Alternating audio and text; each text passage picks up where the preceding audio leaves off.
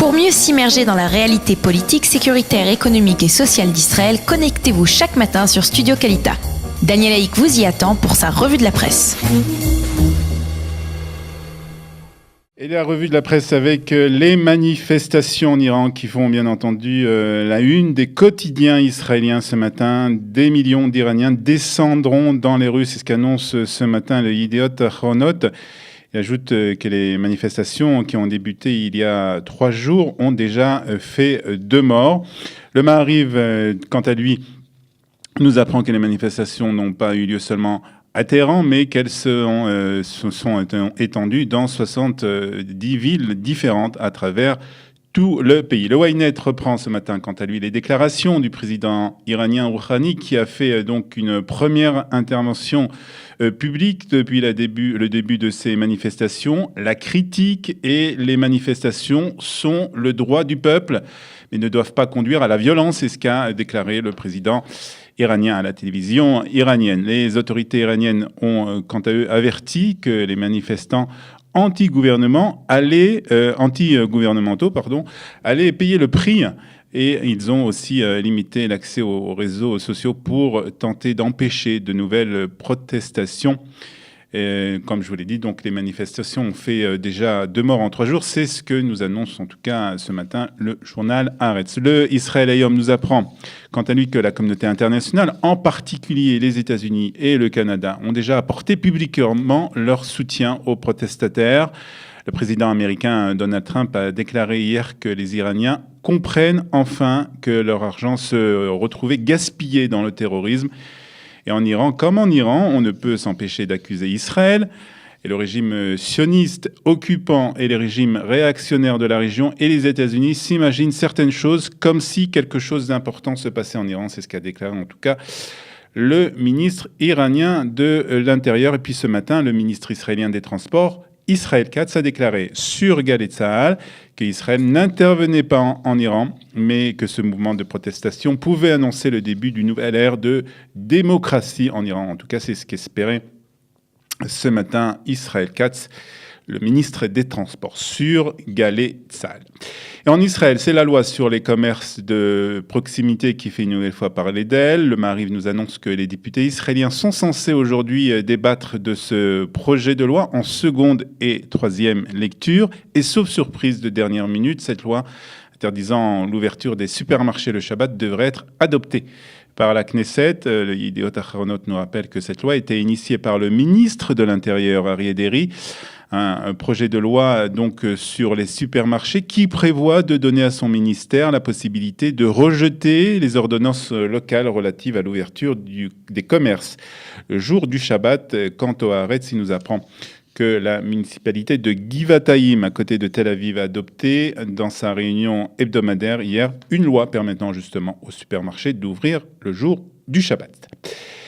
Le Haaretz a, lui, choisi la décision du comité central du Likoud pour l'un de ses premiers titres en première page de ce quotidien. Il nous apprend que le comité central du parti a voté hier une résolution demandant à ses parlementaires d'œuvrer en faveur de l'annexion de la Judée et Samarie dans ce texte qui n'a aucune valeur légale, précise le Haaretz. Les membres du comité central appellent les parlementaires du Likoud à promouvoir la souveraineté israélienne en Judée et Samarie. Le comité central du Likoud, principal organe du parti, regroupe 3700 membres. 1500 d'entre eux étaient présents hier à voter à Tel Aviv, donc, sauf le Premier ministre, nous annonce le Haaretz, le Premier ministre, qui est bien entendu membre du comité central, mais qui était absent à cette réunion et qui, dit-on, s'oppose à cette mesure. Expulsion ou prison, titre ce matin le Maariv, qui donne des détails sur des mesures qui sont prises par le gouvernement pour le départ des migrants clandestins qui se trouvent en Israël. Il s'agit du ministre de la Sécurité publique, Gilad Erdan, et le ministre de l'Intérieur, Aryeh Deri, qui affirment qu'ils vont faire des efforts historiques et intensifs pour expulser donc cette semaine des dizaines de milliers de migrants clandestins. Dans une déclaration commune, les ministres déclarent que dans les prochains jours, les migrants, dont la plupart viennent d'Érythrée et du Soudan, seront forcés de choisir entre l'immigration volontaire vers un pays tiers ou la prison. Nous sommes décidés à rendre la sécurité aux habitants du sud de Tel Aviv, déclare ce matin le ministre Gilad Erdan au Maariv. Et toute la presse israélienne revient ce matin sur les festivités du début de l'année 2018 avec des photos de feux d'artifice qui ont été tirés un peu partout dans le monde. Tous les quotidiens reviennent aussi sur les chiffres de l'année 2017. En effet, le Bureau des statistiques a publié des chiffres concernant l'année. Et à la veille de l'année 2018, donc, Israël compte 8 793 000 habitants. Parmi eux, 75% sont juifs, 21 sont arabes. On apprend aussi qu'en 2017, la population israélienne a augmenté de 165 000 personnes, 180 000 bébés sont nés et 27 000 nouveaux immigrants sont arrivés en Israël. Dans l'année, 27% viennent de Russie, 25% d'Ukraine, 13% viennent de France et 10% des États-Unis. Enfin, 44 000 personnes sont décédées en Israël dans l'année.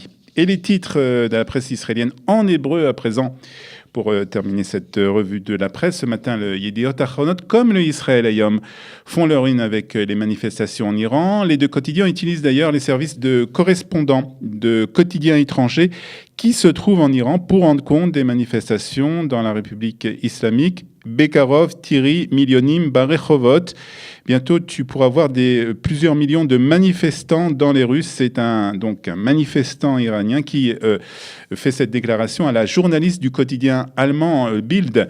Et cette citation donc est reprise ce matin par le Yediot Ahronot.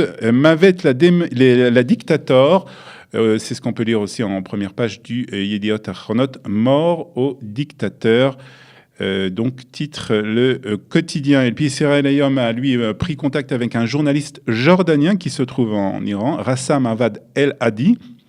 Nachlif et Shilton au Shenamut. Nous ferons tomber le gouvernement ou nous mourrons. C'est ce que titre en tout cas sur 5 colonnes à la une.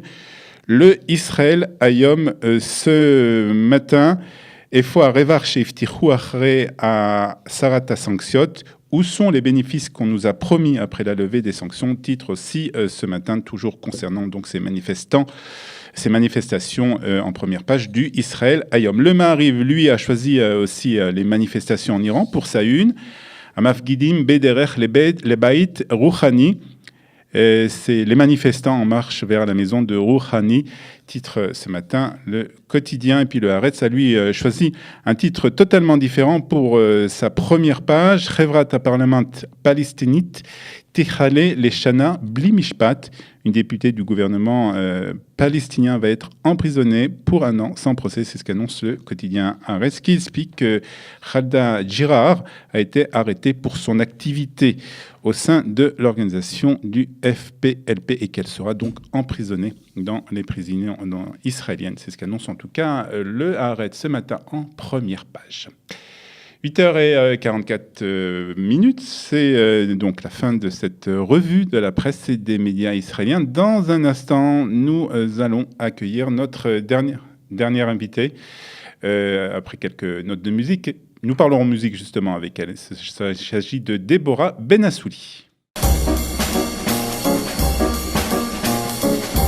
Pour mieux s'immerger dans la réalité politique, sécuritaire, économique et sociale d'Israël, connectez-vous chaque matin sur Studio Kalita. Daniel Haïk vous y attend pour sa revue de la presse.